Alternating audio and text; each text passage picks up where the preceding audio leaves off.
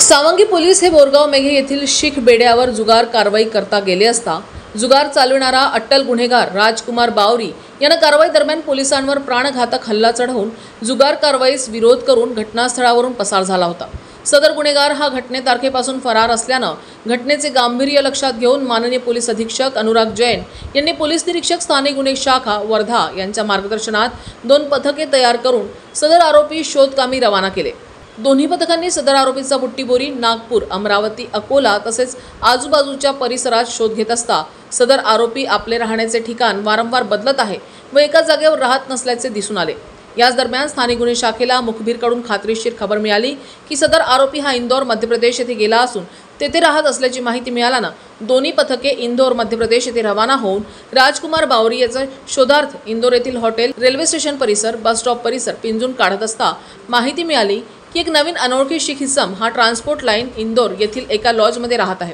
त्यावरून ट्रान्सपोर्ट नगर इंदौर येथील चमन लॉज येथे घेराव टाकून लॉजची पाहणी केली असता आरोपी राजकुमार बेतन सिंग बावरी वय वर्ष 32 राहणार शीख बेडा बोरगाव मेघे वर्धा हा दिसून आल्यानं पोलिसांना पाहून पळण्याचा प्रयत्न केला असता त्यास पाठलाग करून ताब्यात घेऊन वर्धा येथे परत येऊन पुढील कारवाई करिता पोलीस स्टेशन सावंगी मेघे याच्या ताब्यात देण्यात आले आहे। न्यूज एक्सप्रेस करिता सतीश काळे, वर्धा।